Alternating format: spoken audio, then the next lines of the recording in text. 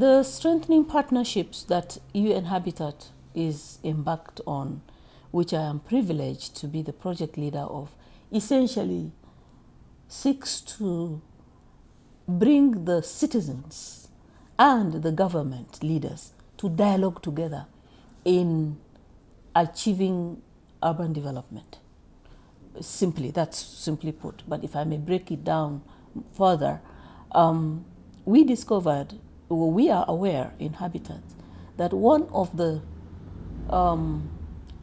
underlying causes of urban chaos and the fact that African cities are not well planned and are attended by so many problems is perhaps the absence of cohesion, absence of consensus, absence of an integrated policy between what government decides to do and what the people want to do.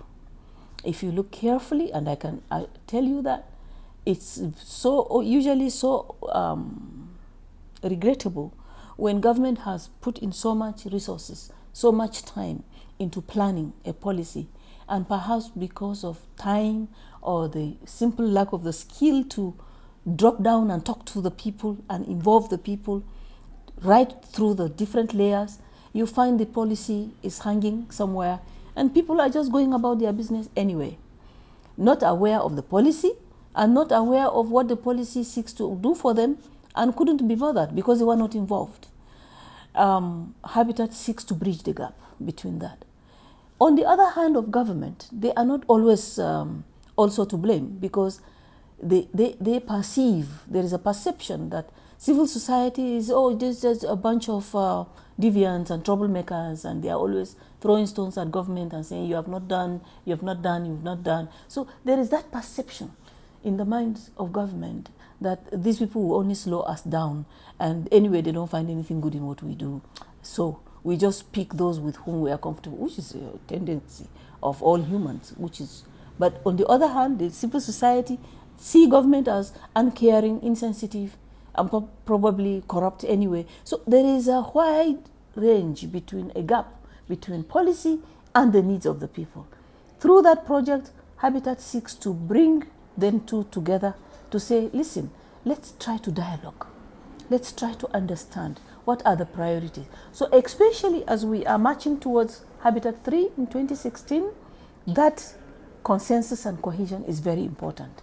So Africa has decided finally that we are not going to have a government report and a civil society report, because these two things never meet anyway, and frustration grows. So we are seeking to have one report in which everybody's voice has been heard, in which everybody has agreed on a priority. And we are encouraged because it is a government that has sponsored it.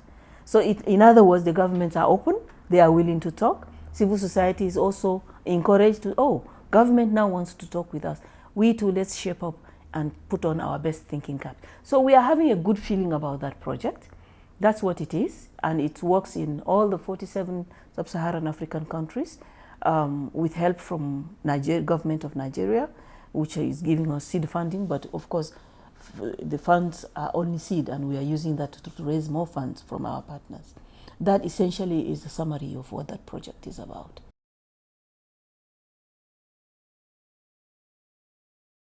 Yes, I'm very happy to be given this platform to appeal to development partners of the European Union that Africa is fully aware of its responsibilities.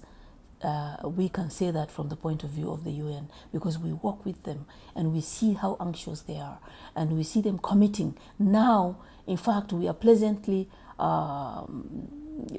encouraged by African government coming forward to be able to put whatever little resources they have to say, okay, this is what we have.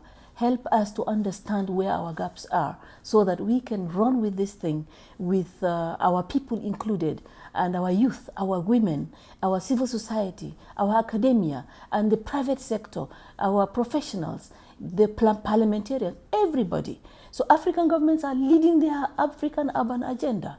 Now, I want to appeal to the European Union to support them where they are at. Our role as United Nations is just to be brokers between the people's aspirations, their needs, their abilities, and the resources. So we want to appeal to them to assist and support with additional resources to mobilize, because the need out there is huge. So we want to request additional resources to mobilize African people to partner with their government to prepare for the next Habitat 3, which is going to be a platform for defining the future of the world for the next 20 years. It is a niche of time, and Africa shouldn't miss it. Neither should Europe miss it either. It's an opportunity for the whole world. That's my plea.